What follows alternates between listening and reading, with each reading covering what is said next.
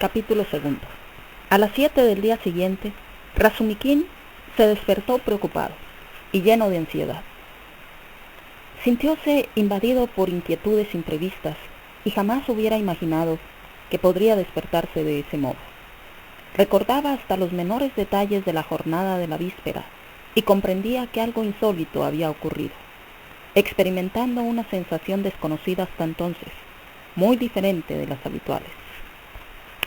Al mismo tiempo, se daba perfecta cuenta de que el sueño forjado en su imaginación era irrealizable, a tal punto que sintió vergüenza y se apresuró a recurrir a otros cuidados de orden práctico que en cierto modo eran derivados de aquel maldito día anterior. Su recuerdo más execrable era haberse comportado como un desvergonzado y un cínico, no solo por haberse embriagado, sino porque, presa de necios celos, había insultado a Pedro Petrovich, repitiendo los insultos ante Dunia, sin tener en cuenta la situación de la joven. Ni siquiera quién era en verdad aquel hombre. ¿Qué derecho tenía para juzgar a otra persona en forma tan apresurada y temeraria? Un ser como Avdotia Romanovna, ¿podía entregarse a un hombre indigno solo por amor al lucro? Tal vez poseía méritos ignorados. ¿Y el departamento amueblado que había alquilado para Avdotia y su madre? ¿Acaso podía saber lo que encerraba aquel edificio? ¿No estaba buscando otro alojamiento para las damas? ¡Qué innoble era todo aquello! Su embriaguez no era justificativo. Tan necia excusa lo rebajaría aún más. El vino hace decir la verdad, y él reveló la vileza de su corazón groseramente envidioso. ¿Acaso podía permitirse abrigar un sueño tan descabellado? ¿Qué era él, Razumikin, comparado con aquella bellísima joven? ¿Existía algo más ridículo y estúpido que la idea de un acercamiento a un ser tan superior? Razumikin palideció solo al pensarlo, y su desesperación y vergüenza crecieron al recordar las palabras pronunciadas en la escalera para expresar que la patrona lo amaba y tendría celos de Avdotia Romanovna. Eso era el colmo del cinismo. En un arrebato de ira asestó un formidable puñetazo en la chimenea de la cocina, partiendo un ladrillo y lastimándose la mano. Fuera de duda, murmuró al cabo de un minuto con un sentimiento de profunda humillación: no puedo borrar todas estas incidencias ni pensar siquiera en... Me presentaré ante ella sin decir palabra. Aceptaré todo sin esperar retribución alguna, en silencio y sin pedir disculpas. Evidentemente todo está perdido ahora. Sin embargo, se vistió con más esmero que de costumbre. No tenía otro traje, pero de haberlo tenido, tal vez no se lo habría puesto, para no dar a entender que trataba de aparecer mejor de lo que era.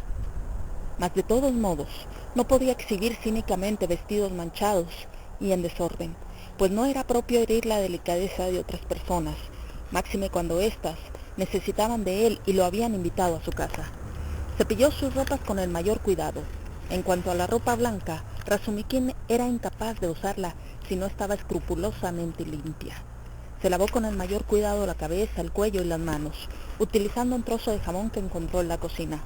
Cuando se trató de decidir si se afeitaba o no, Praskovia Pavlovna poseía excelentes navajas de afeitar que conservaba desde el fallecimiento de su esposo, el extinto señor Sarnitsin.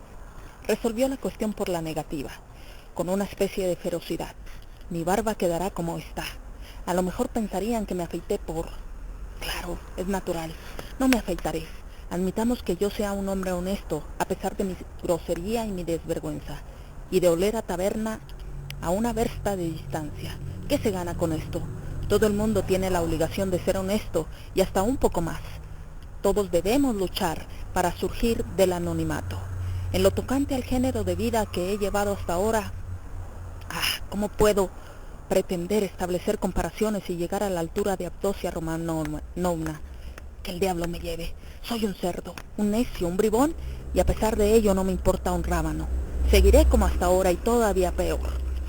Zosimov, que había pasado la noche en la sala de Praskovia Pavlovna, lo encontró abstraído en monólogos similares al precitado. Después de trasladarse a su casa, volvía para examinar al enfermo. Razumikin le manifestó que Raskolnikov dormía como un niño y el médico recomendó que no lo despertaran, prometiendo regresar unas horas más tarde.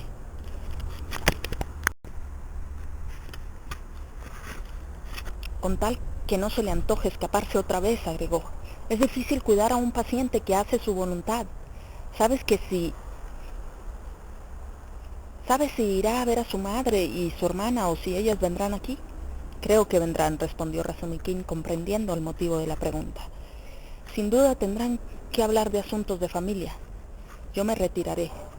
Tú, como médico, tienes naturalmente más derechos que yo. No soy director de conciencias. Vendré y luego de ver al enfermo me iré. Demasiado tengo que hacer sin esto. Hay algo que me inquieta, añadió Razumikin frunciendo el ceño. Ayer estaba borracho y al acompañar a Raskolnikov dije una serie de tonterías, entre otras que temía cierta predisposición a la demencia en él. Lo mismo dijiste a las damas. Ya sé que cometí una inaudita torpeza. Pégame si quieres, pero dime, ¿en realidad crees que Raskolnikov presenta síntomas de locura? ¿Que si creo? Vamos, esto es casi un absurdo. Tú mismo me lo describiste como un monomaniaco cuando me llevaste a su cuarto por primera vez. Ayer le hicimos aumentar la fiebre, o mejor dicho, se la hiciste aumentar con tus chismes de pintor. Bonito tema de conversación cuando tal vez él mismo haya perdido la cabeza a causa de eso. Si yo hubiera sabido exactamente lo que ocurrió en la comisaría y que a un canalla cualquiera le había hecho la afrenta de sospechar de él, no habría tolerado ayer esa conversación. Estos monomaníacos confunden una gota de agua con el mar. Todas las quimeras les parecen reales. La mitad de las cosas me fueron aclaradas por lo que Samiatov nos contó ayer. ¿Y de qué manera? Recuerdo el caso de un hipocondriaco, un hombre de 40 años, que, exasperado por las burlas de que lo hacía objeto en la mesa de un niño de 8 años, terminó por estrangularlo. Tenemos ahora un desdichado cubierto de harapos, al comienzo de una enfermedad que se ve insultado por un policía salvaje y luego mortificado por innobles sospechas. Si todo su mal se debe precisamente a su vanidad exacerbada, que ha terminado por provocar la crisis, ese es el punto sensible de su enfermedad. No diré que carezcas de razón. Samiotov es un buen hombre, pero ha incurrido en un grave desacierto al hablar en la forma que lo hizo. Es un charlatán incorregible. ¿Pero a quién contó lo sucedido? ¿A ti y a mí? Y a Porfirio. ¿Qué tiene de particular que se lo haya contado a Porfirio? Dejemos eso. Creo que tienes alguna influencia sobre la madre y la hermana de Raskolnikov. Recomiéndales que se muestren circunspectas hoy al hablar con él. Descuida, dijo Razumikin con cierta vacilación. ¿Por qué se habrá incomodado de ese modo con Lujin? Es un hombre que tiene dinero y al parecer no disgusta a la muchacha. Por otra parte, ellas no tienen un centavo. ¿Qué te importa eso?, exclamó irritado Razumikin. ¿Cómo puedo saber si tienen o no dinero? Pregúntales a ellas, si tienes interés en saberlo. Oh, qué tonto te pones por momentos. ¿Todavía te dura lo de anoche? Adiós. Despídeme de Praskovia Pavlovna y agradécele en mi nombre su hospitalidad. Se ha encerrado en su habitación. Le di los buenos días ante la puerta cerrada y no me contestó. Aunque me consta que a las 7 estaba ya levantada. Le llevaron el samovar de la cocina por el corredor. Quizá no se dignara a admitirme en su presencia. A las 9 en punto, Razumikin hizo su aparición en el edificio Bakaleyev. Las dos mujeres lo esperaban hacía rato con nerviosa impaciencia. Se habían levantado a las 7, o tal vez más temprano. El joven entró con aspecto sombrío, saludando con torpeza, lo que lo indispuso enseguida contra sí mismo. Pulqueria Alejandrovna precipitóse a su encuentro y tomóle ambas manos entre las suyas, faltando poco para que se las besara. Razumikin miró con timidez a Avdotia Romanovna, pero en aquel rostro altanero había en ese momento una expresión tal de reconocimiento y amistad, tanto respeto, inesperado en absoluto, en lugar de las miradas burlonas y el aire de desprecio mal disimulado que creía encontrar. Que lleno de confusión pensó que casi hubiera preferido que lo colmaran de injurias. Afortunadamente no faltaban temas de conversación y pronto recobró la calma. Al saber que Raskolnikov dormía aún y que todo iba bien, Pulqueria dio muestras de satisfacción. manifestando que tenía verdadera necesidad de conversar previamente con Razumikin. Madre e hija habían esperado para tomar el desayuno en su compañía. Abdosia tiró del cordón de la campanilla, apareciendo un individuo desasiado y de mala catadura, el mucamo de la casa. Se le ordenó que sirviese el té y así lo hizo, pero en una forma tan incorrecta y poco limpia que las pobres mujeres sufrieron verdadera mortificación. Razumikin estuvo a punto de protestar en términos enérgicos contra la inmundicia e infamia de los pisos amueblados, pero se contuvo al recordar a Lujin y se sintió aliviado y feliz cuando Pulqueria le dirigió una verdadera andanada de preguntas. Para responder a ellas, habló durante 3/4 de hora, viéndose interrumpido con nuevas preguntas a cada momento, pero logrando exponer tal como él los conociera los hechos principales de la vida de Raskolnikov desde hacía un año. Terminó con el relato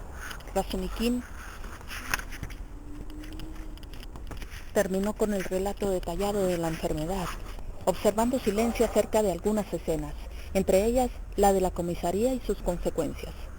Las dos le escuchaban con avidez, pero cuando Razumikin creyó haber terminado y satisfecho su curiosidad, volvían a la carga como si solo entonces comenzara la narración. Díganos, por favor, ¿qué le parece a usted? Discúlpeme, todavía no sabemos su nombre, dijo precipitadamente Pulqueria. Dmitri Prokofiev. Bien, Dmitri Prokofiev, yo quisiera saber cómo considera mi hijo las cosas en general, ahora, ¿comprende? ¿Cómo hacer para explicarme o expresarme mejor? Lo que ama y lo que no ama, ¿siempre es tan irritable? ¿Cuáles son sus deseos, sus sueños, si usted quiere? ¿Qué es lo que ejerce ahora mayor influencia sobre él? En resumen, quisiera saber... mamá, ¿cómo quieres que te conteste a tantas preguntas a la vez?, observó Dunia.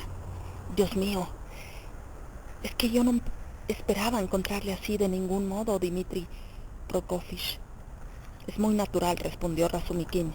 Yo no tengo madre. Mi único pariente es un tío que viene a verme todos los años y apenas me reconoce cuando me ve, aún exteriormente.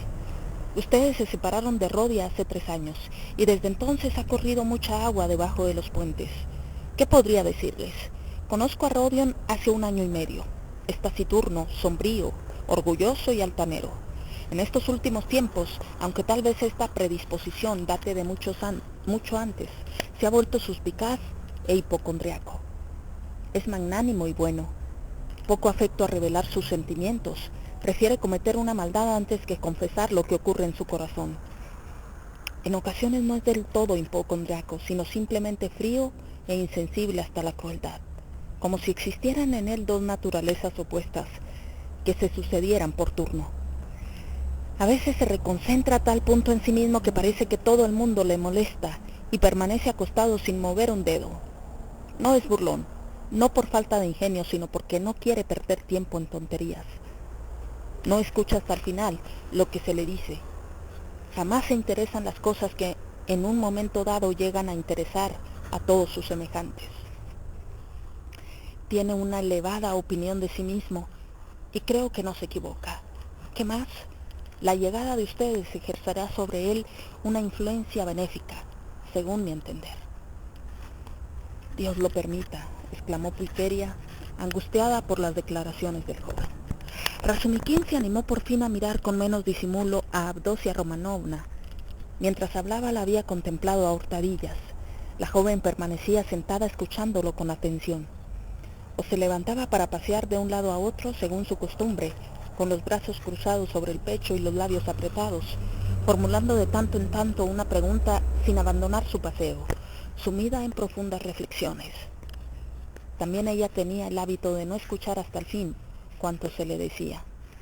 Estaba vestida con un trajecito liviano y un pañuelo de vaporoso tejido anudábase al cuello. Razumikin no tardó en advertir por numerosos indicios que las 2 mujeres vivían en un estado de extrema pobreza. Si Abdosia Romanovna hubiera estado ataviada como una reina, acaso no lo habría intimidado. Pero el simple hecho de que estuviera tan pobremente vestida y el conocimiento de toda la amplitud de su desamparo le causaban verdadera desazón.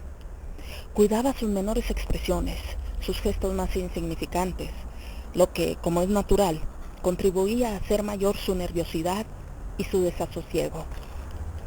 Nos ha dado usted una cantidad de detalles curiosos acerca del carácter de mi hermano, y ha hablado con absoluta imparcialidad. Por un momento llegué a suponer que usted le admiraba, observó Abdosia con una sonrisa. Tengo idea de que debe haber alguna mujer en su existencia, agregó con cierta vacilación.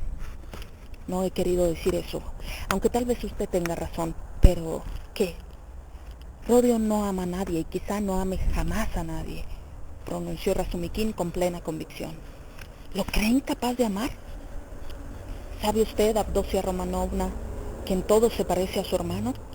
Exclamó Razumikin inopinadamente, pero al recordar lo que había dicho del hermano de la joven, turbóse, enrojeciendo como un colegial. Abdosia Romanovna no pudo evitar una sonrisa al verlo. Tal vez los dos se engañan con respecto a Rodia, dijo la madre un tanto mortificada. No hablo de ahora, doña.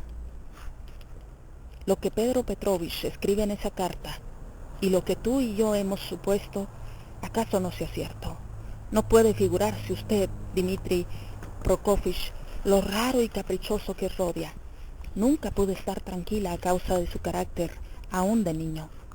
Lo creo capaz de intentar empresas que jamás se le ocurrirían a ningún otro hombre. Sin ir más lejos, hace 18 meses me atormentó y estuvo a punto de hacerme morir de pena cuando se le puso en la cabeza que quería casarse con esa mujer. ¿Cómo se llamaba? La hija de esa señora Sarnitsin, su patrona. ¿Conoce usted los detalles de ese asunto?, preguntó Abdosia Romanovna. ¿Cree usted, prosiguió Pulqueria, que lo hubieran detenido mis lágrimas, mis súplicas, mi enfermedad, mi muerte tal vez, que nuestra miseria lo habría conmovido? Hubiera franqueado con entera tranquilidad todos los obstáculos, pero ¿es posible que no nos ame? Jamás me dijo una palabra de esa historia, manifestó Razumikin con alguna reserva. Pero algo he oído de labios de la propia señora Sarnitsin, que no es muy conversadora, que digamos, y lo que supe no deja de ser un tanto extraño. ¿Qué sabe usted?, preguntaron a la vez las dos mujeres. Oh, nada de particular, solo que el matrimonio, que en efecto era un asunto perfectamente decidido y que la muerte de la novia impidió realizar, disgustaba muchísimo a la señora Sarnitsin. Por otra parte, hay quien pretende que la futura estaba lejos de ser bella, o más bien se asegura que era fea, de poca salud y rara, aunque no desprovista de ciertas cualidades, sin lo cual no podría comprenderse. Carecía de dote, aunque Raskolnikov hubiera sido el último hombre del mundo que contara con esa ventaja. Resulta difícil formarse un juicio exacto. Estoy convencida de que esa joven era digna de aprecio, observó Abdosia. Dios me perdone, pero yo me alegré de su muerte, sin saber, no obstante, cuál de las dos habría resultado más perjudicado con ese matrimonio, dijo Pulqueria. Luego, con la mayor prudencia, con reticencias y miradas furtivas a Dunia, lo que evidentemente causaba profundo desagrado a la joven, comenzó a interrogar a Razumikin acerca de la escena producida ante Rodia y Lujin. Ese incidente le preocupaba por sobre todas las cosas, al punto de hacerla estremecer. Razumikin repitió su relato sin olvidar detalle, pero esta vez agregó su propia conclusión, acusando con franqueza a Raskolnikov de ultraje premeditado hacia Lujin y sin insistir demasiado en la enfermedad como circunstancia atenuante. Es indudable que ya había meditado bien esa actitud antes de su enfermedad, agregó. Eso creo yo también, dijo Pulqueria. Experimentaba gran sorpresa al ver que el joven se refería a Pedro Petrovich en términos mesurados y hasta con cierto respeto, hecho que produjo asombro también a Abdosia. Así que esa es su opinión acerca de Pedro Petrovich, no pudo dejar de preguntar Pulqueria. No podría expresarme de distinto modo tratándose del futuro esposo de su hija, respondió Razumikin con firmeza. No hablo así impulsado por un sentimiento de rastrera cortesía, sino porque... Y bien, porque es suficiente que Avdotia Romanovna haya hecho recaer su elección sobre esa persona. Si ayer cometí la grosería de insultarlo, fue debido a encontrarme bajo la influencia del alcohol y había perdido la cabeza. Estaba trastornado por completo. Me siento sumamente avergonzado de mi proceder. Enrojeció guardando silencio. Avdotia se ruborizó también, sin formular observación alguna. No había despegado los labios desde que se comenzó a hablar de Lujín. Privada del apoyo de su hija, Pulqueria, se sentía cohibida e indecisa. Por fin, siempre vacilando y sin dejar de mirar a Avdotia, declaró que una circunstancia le preocupaba en grado sumo en ese momento. «Vea, Dimitri», comenzó. «¿Puedo ser franca con él? ¿No es verdad, Une?» «Claro que sí, mamá». «Se trata de esto. Esta mañana temprano recibimos una carta de Pedro Petrovich en respuesta al aviso de nuestra llegada. Había prometido venir a buscarnos ayer a la estación, pero en lugar de hacerlo así, envió un criado para que nos diera la dirección de esta casa y nos acompañara. El criado nos informó que Pedro Petrovich pasaría hoy por aquí. Ahora bien, en vez de venir Pedro, nos ha mandado esta carta. Tome, es preferible que usted mismo la lea. Hay un párrafo que me preocupa mucho. Ya verá, deme su opinión con entera franqueza. Dimitri, usted conoce mejor que nadie el carácter de Rodia y puede aconsejarnos. Dunia ya adoptó su decisión, pero yo no sé aún qué partido tomar. Lo esperaba para consultarle. Razumikin desdobló la carta, fechada el día presente, y leyó lo siguiente. Estimada señora Pulqueria Alejandrovna, tengo el honor de informaros que a causa de impedimentos imprevistos me ha sido imposible aguardar vuestra llegada en la estación, en vista de lo cual envié un hombre de mi entera confianza. Del mismo modo me veré privado del honor de visitaros mañana, debido a ciertos asuntos urgentes que reclaman mi presencia en el Senado, y para no constituir una molestia en vuestra entrevista maternal con vuestro hijo y en la de Avdotia Romanovna con su hermano, tendré por lo tanto el honor de visitaros y presentaros mis respetos en vuestro alojamiento mañana a las 8 de la noche. En esta oportunidad me permitiré dirigiros un ruego, y hasta diré un ruego encarecido, que Rodion Romanovich no asista a nuestra entrevista, dado que me insultó en forma grosera y sin precedentes durante la visita que le hice cuando se hallaba enfermo. Aparte de esto, tengo necesidad de conversar con vos acerca de un punto sobre el cual deseo me hagáis conocer vuestra interpretación personal. Tengo el honor de anunciaros por anticipado que si, a pesar de mi pedido, me encuentro con Rodion Romanovich, me veré en la obligación de retirarme enseguida, y entonces no tendréis más que obrar como os parezca. Escribo esto para el supuesto caso de que Rodion Romanovich, que parecía tan enfermo durante mi visita y que 2 horas después había recobrado la salud, pudiera, ya que puede salir, ir a visitaros. Pude ver con mis propios ojos a vuestro hijo en la habitación de un beodo que había sido atropellado por un carruaje y que murió a consecuencia del accidente, y a cuya hija, una joven de conducta notoriamente equívoca, entregó 25 rublos sobre pretexto de costear el entierro. Esto me extrañó muchísimo, pues estoy enterado de las dificultades que tuvisteis para conseguir ese dinero. Sin otro particular, os ruego tener la gentileza de presentar el testimonio de mi personal estima a la honorable Avdotia Romanovna, y aceptéis los sentimientos de respetuosa consideración de vuestro humilde servidor. P. Lujín. ¿Qué haré ahora, Dimitri?, preguntó Pulqueria, a punto de romper a llorar. ¿Cómo puedo decirle a Rodia que no venga? Ayer insistía con tanta energía en que debíamos despedir a Pedro Petrovich, y ahora es este quien me prohíbe recibir a mi hijo. Es seguro que apenas se entere de esto, Rodia vendrá de propósito. ¿Qué sucederá entonces? Haga lo que ha sucedido, Avdotia, lo que ha decidido Avdotia Romanovna, respondió sin inmutarse Razumikin. Ah, Dios mío, mi hija dice, Dios sabe lo que dice sin explicarme del todo sus intenciones. Según ella sería mejor, no sería mejor. Es indispensable que Rodia venga esta noche a las 8 y que se encuentren los dos. Yo preferiría no mostrarle esta carta, proceder con precaución y tratar de que no viniera, contando siempre con su ayuda. Es tan irritable. Además, no comprendo lo que significa ese beodo atropellado por un carruaje, ni su hija, ni cómo ha podido darle a esta el dinero que te fue tan dificultoso procurarte, mamá. Ayer no estaba en sus cabales, murmuró pensativo Razumikin. Si supieran ustedes a qué clase de diversión se entregó en un café, aunque salió bien librado.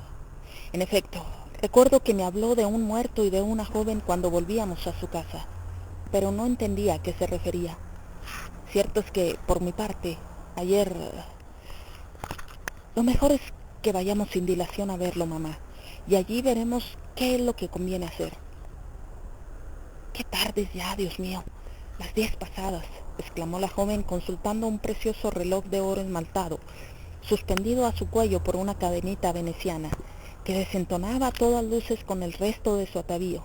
Un regalo de esponsales, pensó Razumikin.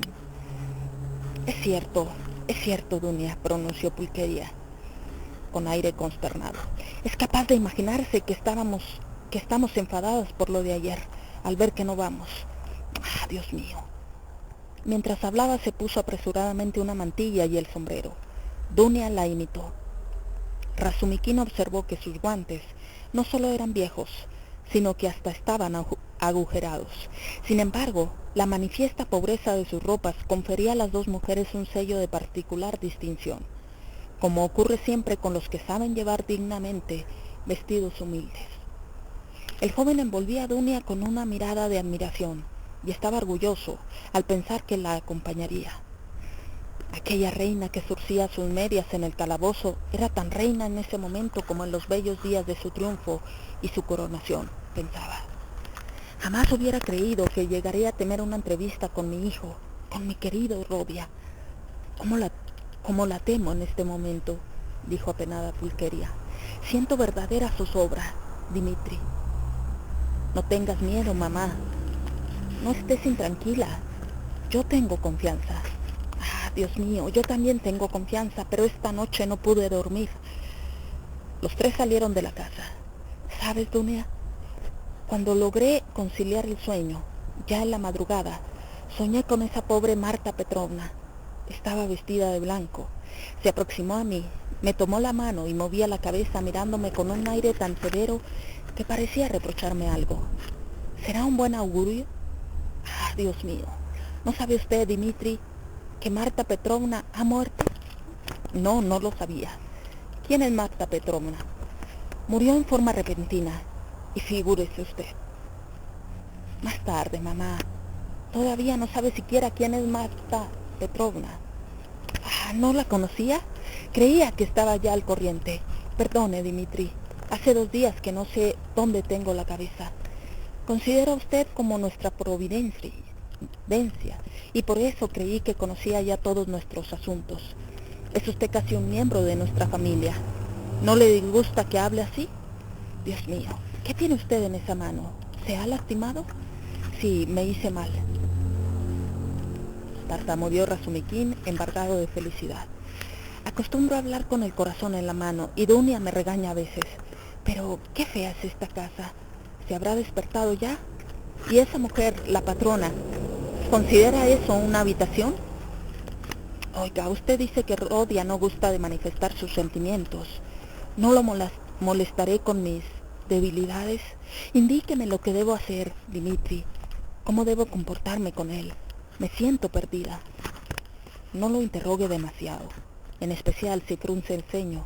Sobre todo, no haga referencia alguna a su estado de salud. Eso le disgusta profundamente. Ah, Dimitri, qué penoso es ser madre. Ahora esta escalera, qué horrible. Mamá, estás muy pálida, tranquilízate. Para él debe ser una felicidad el verte, y sin embargo persistes en atormentarte. Esperen un segundo. Voy a ver si ya se ha despertado, dijo Razumikin. Las dos mujeres siguieron subiendo con lentitud, dejando que Razumiquín tomara la delantera. Al llegar al cuarto piso, notaron que la puerta de la patrona estaba entreabierta y que dos ojillos negros las observaban desde la oscuridad.